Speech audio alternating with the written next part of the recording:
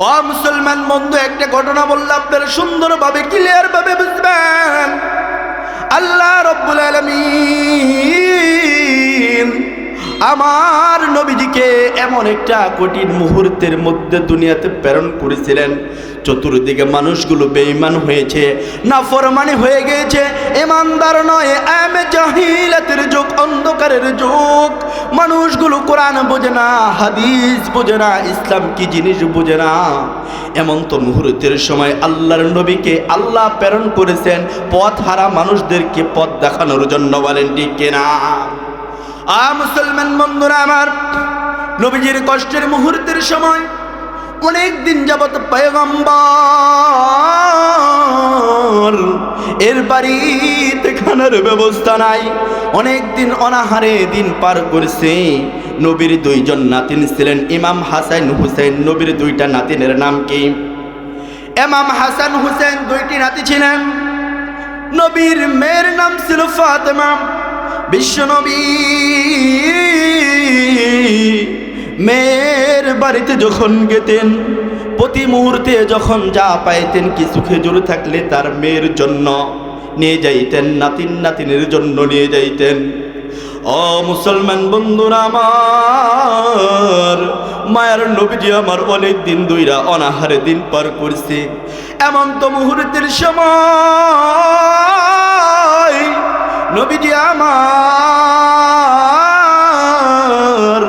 তার মেয়ের বাড়িতে গেলেন, খালি হাতে গেলেন। মেয়ে ডাক দে বলো, আমার বাবা, আপনি আমার বাড়িতে যখন আসতেন, ইমাম হাসান হুসেন যখন না থাকতো, কোনো না কোনো কিছু আমার জন্য নিয়ে আসতেন আপনি কষ্ট করে।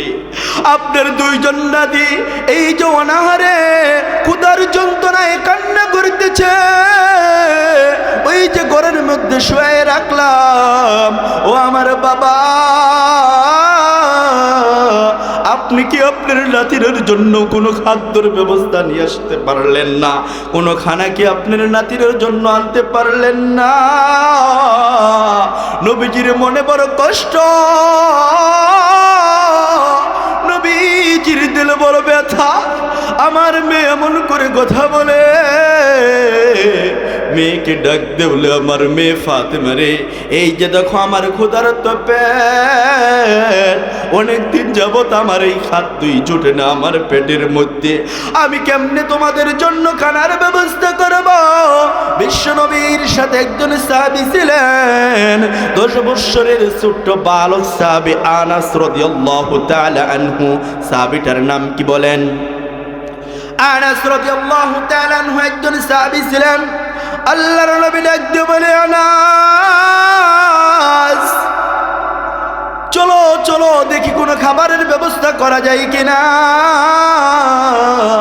মদিনা শহরের দিকে রওনা হয়ে গেলেন। প্রতির মুহূর্তে বিশাল বড় একটা খেজুরের বাগান দেখতে পেলেন। এই খেজুরের বাগানটা দেখার পরে তিনি খুঁজতে লাগলেন, এই খেজুরের বাগানের মালিক কোথায়? মালিক হলো একজন ইহুদি। মালিক কি? ওই বাগানের মালিক ছিলেন একজন ইহুদি। এবার ইহুদিকে ডাক দেওয়া হলো, ও বাগানের মালিক ইহুদি, এই যে অনেক দিন আমি ক্ষুধার্ত, আমার দুইজন নাতিন ক্ষুধার যন্ত্রণায় ঘরের মধ্যে কাঁদতেছে, আমার মেয়ে বড় ক্ষুধার্ত, এই যে আপনার বিশাল বড় খেজুরের বাগান, আপনার এই বাগানের জন্য কোনো কর্মকর্তার প্রয়োজন আছে কিনা? আমি বিশ্বনবী আপনার বাগানে কাজ করে দিতে চাই। বলেন সুবহানাল্লাহ। ইহুদি ডাক দিয়ে বললেন, না না, আপনি কাজ করতে পারবেন না আমার বাগানে, আপনি মুরব্বী মানুষ। এবার বলে, ও ইহুদি, আপনি আমাকে একটু কাজের ব্যবস্থা করে দেন, আমার নাতিনের জন্য কোনো খানার ব্যবস্থা দেখি আমি করতে পারি কিনা। এরকম অনুরোধ ক্রমে ইহুদি বলে, আচ্ছা ঠিক আছে, আপনি কি আমার বাগানের জন্য কর্মকর্তা হিসাবে না হল? বলেন সুবহানাল্লাহ। আনাস ডাকতে বলে, আনাসকে বলে, ও আনাস, যেহেতু আমাদের কর্মের ব্যবস্থা হইল, এবার ইহুদিকে ডাক দিয়ে বললেন, নবীজি আমার, ও ইহুদি রে, তোমার বাগানে আমি কাজ করব, বিনিময়ে তুমি আমাকে কি দেবা? বলেন সুবহানাল্লাহ। এবার আনাস রাদিয়াল্লাহু তাআলা আনহু বিশ্বনবী পয়গম্বর সাল্লাল্লাহু আলাইহি ওয়াসাল্লাম এবার ইহুদি ডাকতে বললেন, এই যে আমার বিশাল বড় খেজুরের বাগান, এই যে একটা বালতি আপনাকে দিলাম, এই যে একটা রশি দিলাম, এই রশি এবং বালতিটা দিয়া কূপের ভিতর থেকে পানি উঠাইয়া আমার প্রত্যেকটা খেজুর গাছের গোড়ায় দিবেন। বলেন সুবহানাল্লাহ। বিশ্বনবী পয়গম্বর সাল্লাল্লাহু আলাইহি ওয়াসাল্লাম বললেন, আচ্ছা ঠিক আছে, বিনিময়ে আমাকে কি দেবেন? এবার ইহুদি ডাক দিয়ে বললেন, আপনি প্রত্যেকটা বালতির বিনিময়ে আপনাকে 5টি করে খেজুর দিয়ে দেব। বলেন সুবহানাল্লাহ। কেমন জানি বিশ্বনবীর দিলটা খুশি হয়ে গেল। কষ্টের বিনিময়ে 5টি করে খেজুর পাবেন, নাতিনদেরকে খুশি করবেন, মেয়েকে খুশি করবেন, নিজেরও একটু ব্যবস্থা হয়ে যাবে। এমন তো মুহূর্তের সময় ইহুদি যখন একটা বালতি দিয়ে দিলেন, একটা রশি দিয়ে দিলেন, আর বললেন, ওই যে খেজুর বাগানের মধ্যে একটা কূপ খনন করা আছে, ওই কূপের ভিতর থেকে উঠায়া এক বালতি করে পানি যখন আপনি আমার খেজুর গাছের গোড়ায় দেওয়ার বিনিময়ে আমি ইহুদি আপনাকে 5টি করে খেজুর দিয়ে দেব। বলেন সুবহানাল্লাহ। মুসলমান বন্ধুরা আমার, বাবাজিরা আমার, মায়ার নবীজি আমার, এরকম ভাবে বালতির মধ্যে রশিটা লাগাইয়া কূপের মধ্যে নিক্ষেপ করে আবার রশিটা উপরের দিকে টেনে টেনে যখন তুলে এক বালতি পানি যখন বোঝাই হয়ে যায়, ওই বরাট বালতি পানিটা নিয়ে খেজুর গাছের গোড়ায় যখন দিয়ে দিলেন, এরকম ভাবে আবার বালতিটা উঠাইলেন, আবার বালতি নিক্ষেপ করলেন, আবার যখন বোঝাই বালতি পানি নিয়ে আবার খেজুর গাছের গোড়ায় দেন। ও মুসলমান বন্ধুরা আমার, নবীজি আমার 1 বালতি পানি দিলেন, 2 বালতি পানি দিলেন, 3 বালতি পানি দিলেন। এরকম ভাবে পানি দিতে দিতে যখন 9ম বালতি পানি যখন খেজুর গাছের গোড়ায় দেওয়া হলো, 10ম বালতি পানি যখন কূপের মধ্যে বালতিটা এরকম ভাবে ছেড়ে দিলেন, ছেড়ে দেওয়ার সাথে সাথে বালতিটা যখন পানির মধ্যে ডুবে গেল, যখন রশিটা ধরে উপরের দিকে এরকম ভাবে টান দিছেন, সঙ্গে সঙ্গে রশিটা ছেড়ে বালতিটা কূপের মধ্যে পড়ে গেলেন। এমন তো মুহূর্তের সময় নবীজি আমার ইন্না লিল্লাহি ওয়া ইন্না ইলাইহি রাজিউন পড়ে নিলেন। এবার ইহুদির কানে কেমন জানি আওয়াজটা চলে গেল। ইহুদি বলে, কি হয়ে গেল? কেন ইন্না লিল্লাহ পড়লো? কারণটা কি? একটু গিয়ে দেখি কি হইল। এমন তো মুহূর্তের সময় ইহুদি গিয়ে দেখেন রশিটা ছিঁড়ে বালতিটা কূপের মধ্যে পড়ে গিয়েছে।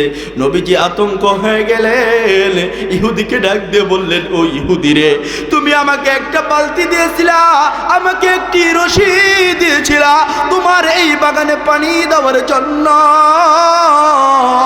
আমি এই রকম ভাবে 1 বালতি করে পানি তোমার খেজুর গাছের গোড়ায় দিয়েছি, 2য় বালতি পানিও দিয়েছি, 3য় বালতিও পানিও আমি দিয়েছি।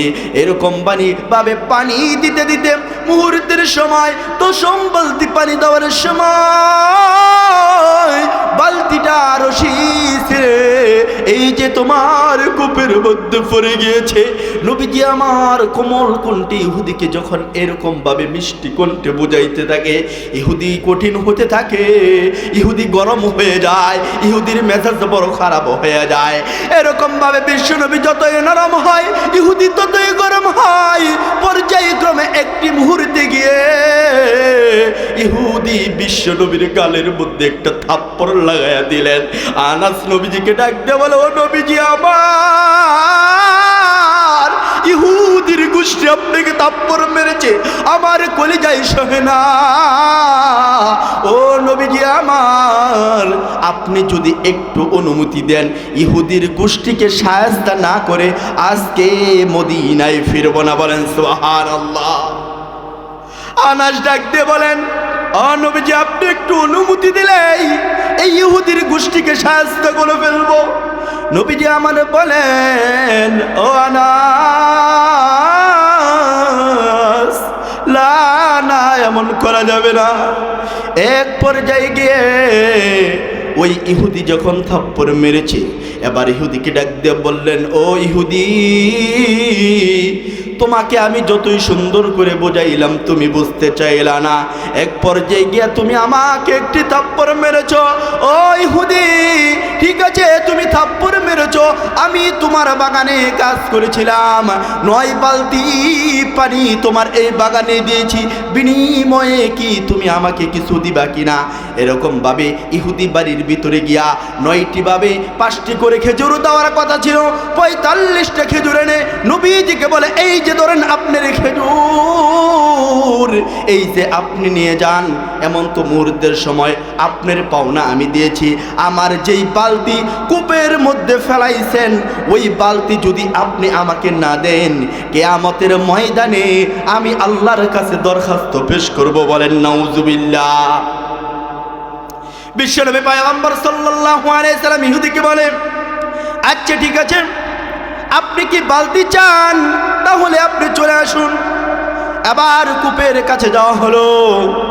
বিশ্বনবী পয়গম্বর সাল্লাল্লাহু আলাইহি সাল্লাম কূপের দিকে ইশারা করে বলেন, ও কূপ, তোমাকে যে আল্লাহ সৃষ্টি করেছে, আমাকেও তো সে আল্লাহ সৃষ্টি করেছে।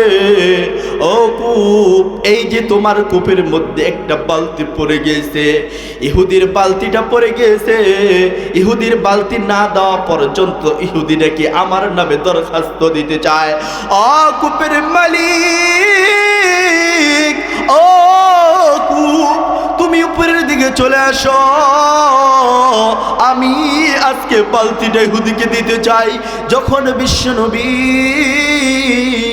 এরকম ভাবে যখন কথা বললেন, সঙ্গে সঙ্গে আল্লাহ কবুল করলেন।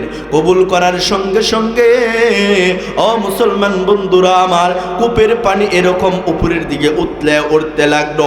বালতিটা যখন হাতের কিনারায় চলে আসলো, বিশ্বনবী এরকম ভাবে হাত দিয়ে ধরে বালতিটা হাতে নিয়ে, ও ইহুদি, এই যে ধরো তোমার বালতি, তোমার বালতিটা তোমাকে দিয়ে দিলাম, তুমি বালতি নিয়ে চলে যাও। বিশ্বনবী পয়গম্বর সাল্লাল্লাহু আলাইহি ওয়াসাল্লাম যখন বাড়িতে গিয়ে হাসান হুসাইনকে ডাক দিয়ে একটা খেজুরকে এরকম ভাবে 2 ফালটা করে, একটা যেমন হাসানের মুখের মধ্যে দেয়, আরেকটা খেজুরের টুকরা হুসাইনের মুখের মধ্যে দেয়। খেজুরের 20টা নবী খেজুরের 20টা মুখের মধ্যে নিয়া চুষতে থাকে, আর খোদার যন্ত্রণাগুলো তিনি নিবারণ হতে থাকে আর চুষতে থাকে। এমন তো মুহূর্তের সময় মুসলমান বন্ধুরা আমার, ইহুদি বাড়িতে চলে গেলেন। বাড়িতে চলে গিয়া তার স্ত্রীকে ডাক দিয়ে বললেন, ও আমার পানের বিবিজি, ও আমার পানের স্ত্রী, আজকে আমি বড় একটা অন্যায় করে ফেলেছি। এমন দৃশ্য আমি আজকে দেখলাম, এমন দৃশ্যটা পৃথিবীর জমিনের মধ্যে আমি কখনো দেখি নাই। বলেন সুবহানাল্লাহ।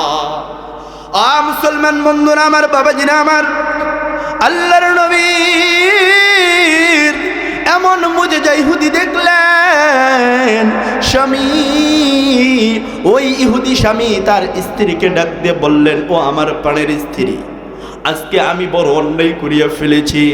আমার বাগানে এমন একটা লোক নিয়েছিলাম, যেই বাগানের কাজের জন্য দায়িত্ব দিয়েছিলাম, কূপের মধ্যে একটা বালতি পড়ে গিয়েছিল, আমি পর্যায়ক্রমে তার সাথে এমন ব্যবহার করেছি, পরিশেষে এমন একটা মুজিজা আমাকে দেখাইলো, কূপের মধ্যে থেকে বালতি উপরের দিকে কেমনে জানি চলে আসলো, বালতিটা ফেরত দিয়া লোকটি আমার থেকে চলে গেল।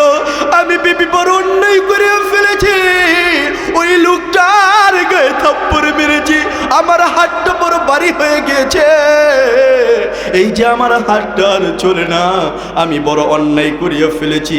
এবার স্ত্রী ডাক দিয়ে বললেন, ও আমার পানের স্বামী, ওই লোকটির বর্ণনা আপনি বলেন, ওই লোকটির বাড়ি কোথায়?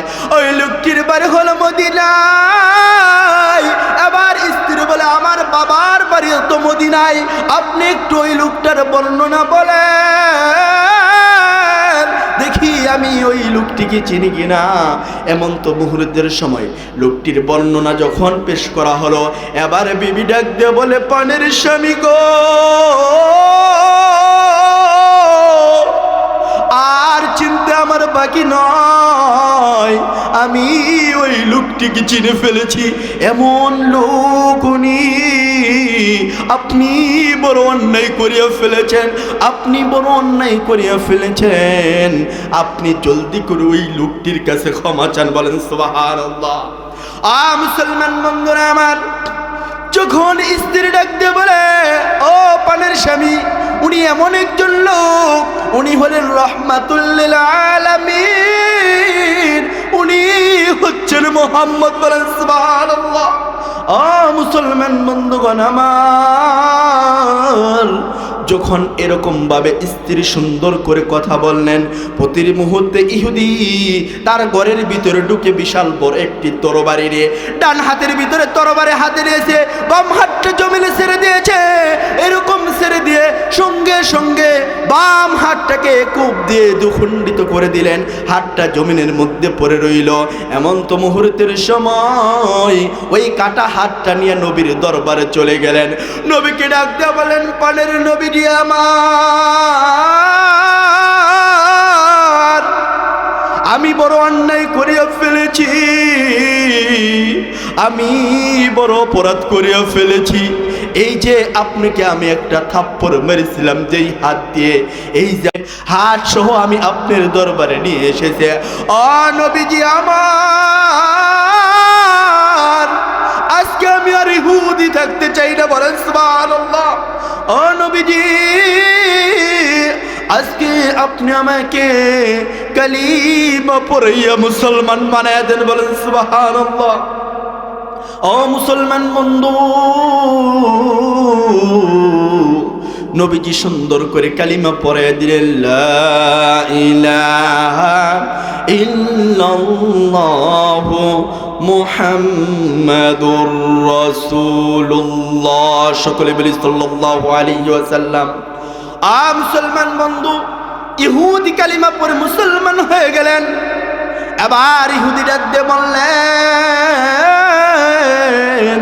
ও নবীজি, এই যে আমার কাটা হাতখানা, আপনি তো আল্লাহর বিশ্বনবী পয়গম্বর মুহাম্মদ, আপনি আমার হাতখানা জোড়া লাগাইয়া দেন। এবার বলে, ঠিক আছে, তোমার হাতটাও জোড়া হয়ে যাবে। বলেন সুবহানাল্লাহ। মুসলমান বন্ধুরা আমার, এবার মালিককে ডাক দিয়ে বললেন, ও মালিক, আমি বিশ্বনবী আপনার হাবিব। হাতের আঙ্গুলের ইশারায় চন্দ্র দুখণ্ডিত হয়েছিল। ইহুদির বাগানের বালতিটাও আল্লাহ যে মুজিজার বদলতে, যেই রহমতের বদলতে আমি তার বালতিটাও ফেরত দিতে পারছি। মালিক আল্লাহ,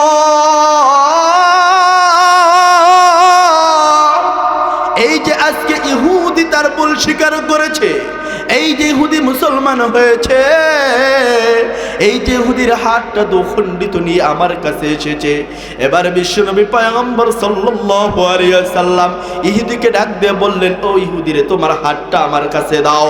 এবার কাটা হাতটা হাতে নিয়ে এরকম ভাবে ডানাটা সামনে নিয়ে দুই হাতটাকে এরকম ভাবে লাগাইয়া দিয়া মুখের ভিতর থেকে থুতু বাহির করিয়া বিশ্বনবী পয়গম্বর সাল্লাল্লাহু আলাইহি সাল্লাম এরকম ভাবে দুইটা হাত যখন একত্র করিয়া তার জবান থেকে, পবিত্র জবান থেকে থুতু মুবারক বাহির করিয়া এরকম ভাবে যখন নেপ দিয়ে দিলেন,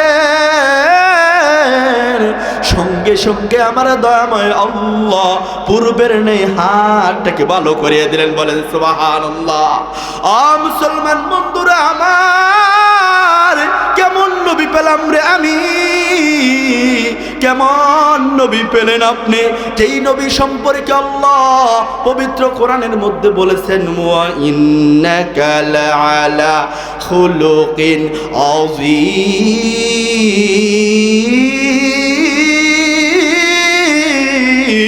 আল্লাহু আকবার।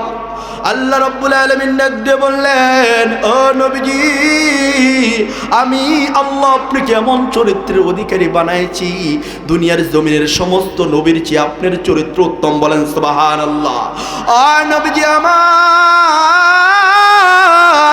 আপনাকে আমি এমন পয়গম্বর বানাইছি যে পয়গম্বরের কথা আমি আল্লাহ কোরআনের মধ্যে মধ্যে ঘোষণা দিয়েছি ওমা আরসালনাকা ইল্লা রাহমাতাল লিল আলামিন।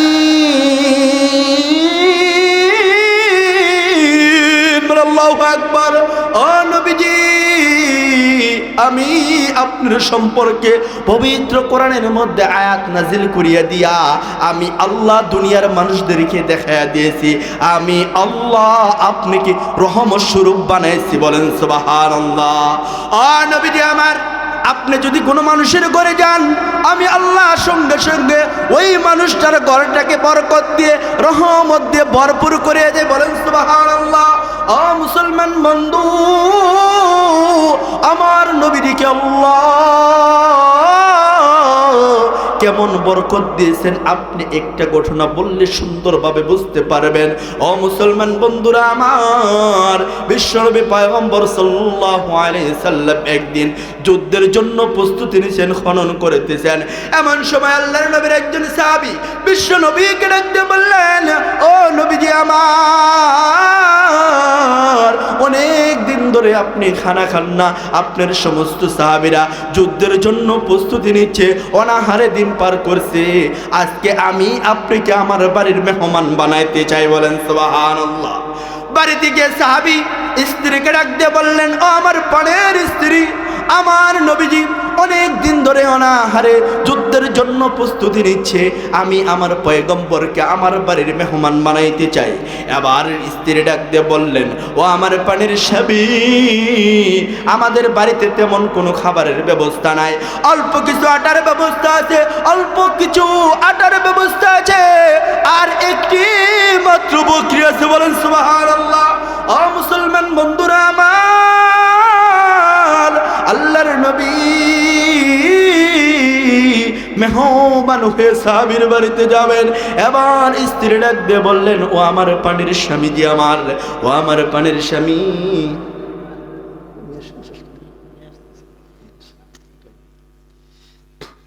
এবার স্ত্রী বললেন, আপনি বিশ্ব নবীকে দাওয়াত দিবেন, সাথে আর 5 জন সাহাবীকে দাওয়াত দিয়ে আমার বাড়িতে মেহমান হিসাবে নিয়ে আসবেন। আমি এই সাহাবী এবং নবীজিকে তৃপ্তি সহকারে খাবার খাওয়াবো। বলেন সুবহানাল্লাহ। এবার সাহাবী ডাক দিয়ে নবীজিকে বললেন, ও নবীজি আমার, আজকের দুপুরে আপনি আমার বাড়ির মেহমান হবেন, আর 5 জন সাহাবীকে আমার বাড়ির মেহমান বানাবো। আল্লাহর নবী সাহাবীদেরকে থুয়ে খানা খাইতে পারেন না। বলেন সুবহানাল্লাহ। বলল, ঠিক আছে, তাহলে দুপুরে তোমার বাড়ির মেহমান। আল্লাহর নবী সঙ্গে সঙ্গে 1000 সাহাবীকে দাওয়াত করলেন। বলেন সুবহানাল্লাহ। বলেছিল যেন কয়জন সাহাবীকে দাওয়াত দিতে? 5 জন। বিশ্বনবী দাওয়াত দিলেন কতজন? 1000 জন সাহাবীকে দাওয়াত দিলেন। দুপুর টাইমে দাওয়াতের ব্যবস্থা সাহাবীর বাড়িতে।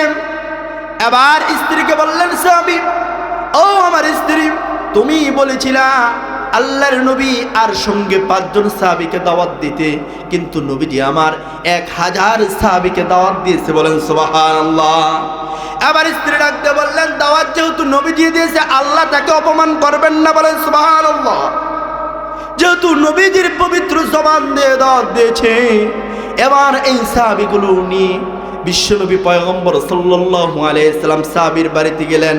সাহাবীকে ডাক দিয়ে বললেন, আপনার খানার ব্যবস্থা কি? অল্প কিছু আটা ছিল, এই আটাগুলো দিয়ে কিছু রুটি বানানো হলো, আর বকরিটা জবাই করে গোশত বোনা করা হলো। এবার সাহাবীকে বলা হলো, এই যে গোশতর বোনার পাতিলটা তুমি ডেকে রাখবা, আর রুটির পাতিলটা ডেকে রাখবা। প্রত্যেকটা সাহাবীকে ডাকনা তুমি তুলতে পারবা না, এরকম ডাকনাটা খুলে তুমি ভিতর থেকে হাতগুলো দিয়ে রুটিগুলো এবং গোশতের বোনাগুলো বাহির করে প্রত্যেকটা সাহাবীর মাঝে বিলীন করে দিবা। বলেন সুবহানাল্লাহ। এরকম ভাবে সাহাবীদের মাঝে বিলীন করা হলো, সাহাবীদেরকে তৃপ্তি সহকারে খানা খাওয়ানো হলো।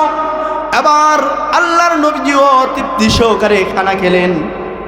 এবার বিশ্বনবী ডাক দিয়ে বললেন, ও আমার সাহাবীরে, এখন আর কে কে বাকি আছে? বলেন সুবহানাল্লাহ। আবার বলতেছে, এবার বাকি আছে শুধু আমি আর আমার স্ত্রী। বলেন সুবহানাল্লাহ। আমার বিশ্বনবী বললেন, ঠিক আছে, তাহলে যেই পাতিলের ভিতরে রুটিগুলো তুমি ডেকে রাখছিলা আর গোশতের বোনাগুলো ডেকে রাখছিলা, এবার তুমি পাতিলের ঢাকনাটা খুলে দাও। বলেন সুবহানাল্লাহ। এবার সাহাবী পাতিলের ঢাকনাটা খুললেন, গোশতের বোনার ঢাকনাটা খুললেন। যে পরিমাণ গোশত রান্না করেছিল আর যে পরিমাণ উটি বানাইছিল সেই পরিমাণই আছে, এক বিন্দু পরিমাণও কমে নাই। বলেন সুবহানাল্লাহ। দেখেন কেমন বরকত আল্লাহ নবীজির মাধ্যমে দিয়েছে।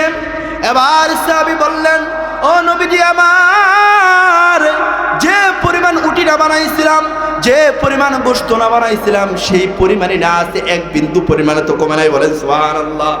তখন বললেন, এই যে খাবারগুলা, এই যে গোশতের বোনাগুলা, এই যে রুটিগুলা তুমি বাড়িতে নিয়ে চলো, আর তোমার স্ত্রী এবং তুমি তৃপ্তি সহকারে খাবার খাও। বলেন সুবহানাল্লাহ। মুসলমান বন্ধুরা, আমার নবীজিকে আল্লাহ তাআলা কেমন বরকত দিয়েছেন, কেমন রহমত দিয়েছেন। আল্লাহর নবী যার বাড়িতে গিয়েছেন আল্লাহ তাআলা সেই জায়গায় রহমত দিয়েছেন। আল্লাহর নবী যেই জায়গার মধ্যে ধরতেন সেই জায়গায় আল্লাহ রহমত দিয়ে দিতেন। শুধু তাই নয় রে মুসলমান বন্ধু, জিব্রাইল একদিন ডাকতে বললেন, আল্লাহর নবীজি ডাকতে বললেন, জিব্রাইল আর নবীজি মুজাকারা করে দিছে। আল্লাহর নবী জিব্রাইলকে ডাকতে বললেন, ও জিব্রাইল, তোমার বয়সটা কত? বলেন সুবহানাল্লাহ। আল্লাহর নবী বলতেছে, ও জিব্রাইল, তোমার বয়সটা কত? এবার জিব্রাইল ডাকতে বলে, ও আল্লাহর নবীজি, আমার বয়স সম্পর্কে আমার তেমন কোনো ধারণা নাই, কিন্তু আমি কিছু নমুনা আপনার সামনে পেশ করি আর আমার বয়সটা আপনি নির্ণয় করে নেন। বলেন সুবহানাল্লাহ। এবার আল্লাহর নবী পয়গম্বর সাল্লাল্লাহু আলাইহি সাল্লাম যখন বললেন, জিব্রাইল বললেন, ওই যে আসমানের দিকে লক্ষ্য করে দেখেন, একটা তারকা দেখা যাচ্ছে।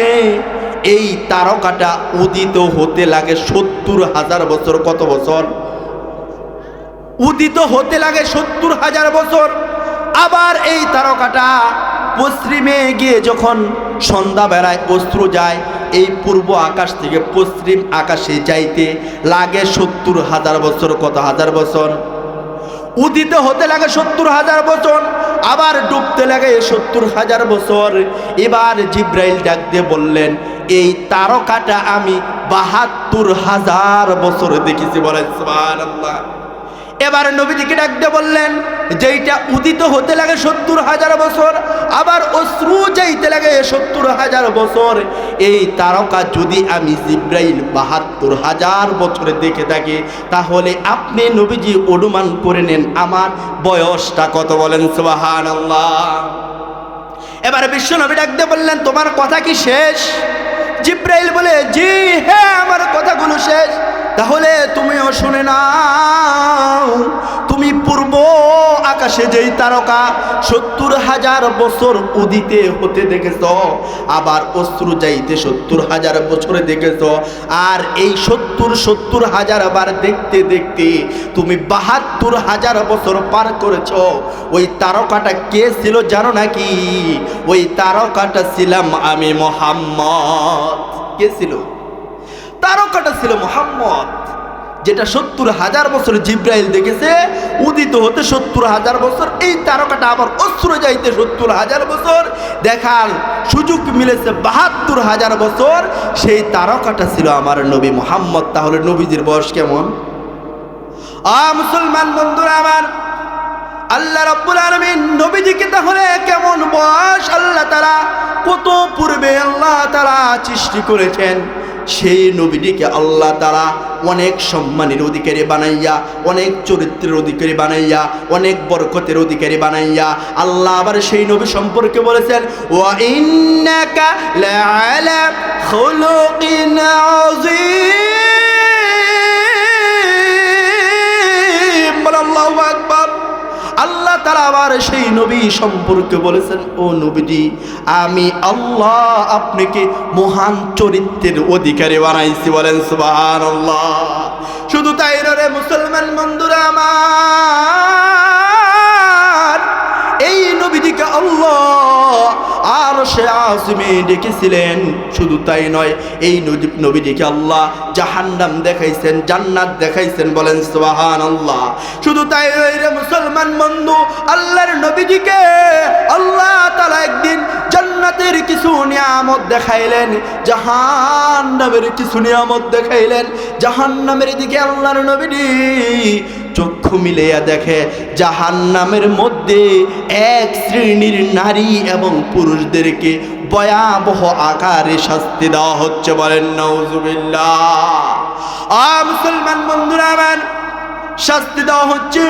এই শাস্তির অপরাধ তাদের কি ছিল? তাদের অপরাধ ছিল মাত্র দুইটি। কয়টি অপরাধ?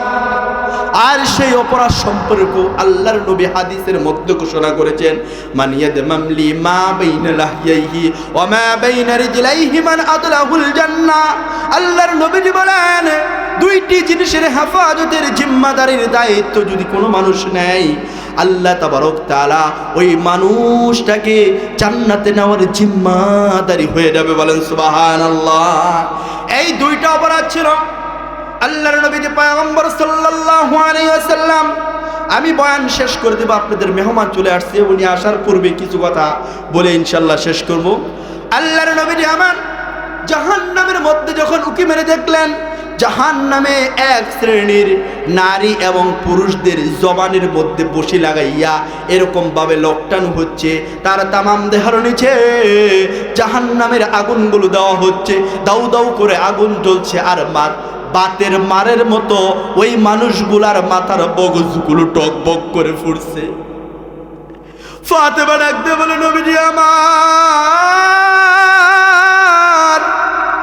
ও আমার বাবা, তাদের শাস্তির কারণ কি ছিল? কি অপরাধ করেছিল? এবার নবীজি বললেন, ওই মানুষটা জবান দ্বারা মানুষকে গালি দিত, মিথ্যা কথা বলতো, মানুষের সাথে ঝগড়া করত, ফাসাদ করত। এই জবানটাকে হেফাজত না করার কারণে ওই মানুষের জবানের মধ্যে বসি লাগাইয়া জাহান্নামের আগুনগুলো তার তামাম দেহর নিচে নিয়া তাদেরকে ভয়াবহ আকারে আযাব দেওয়া হচ্ছে। মুসলমান বন্ধু, জবানটাকে হেফাজত করতে হবে।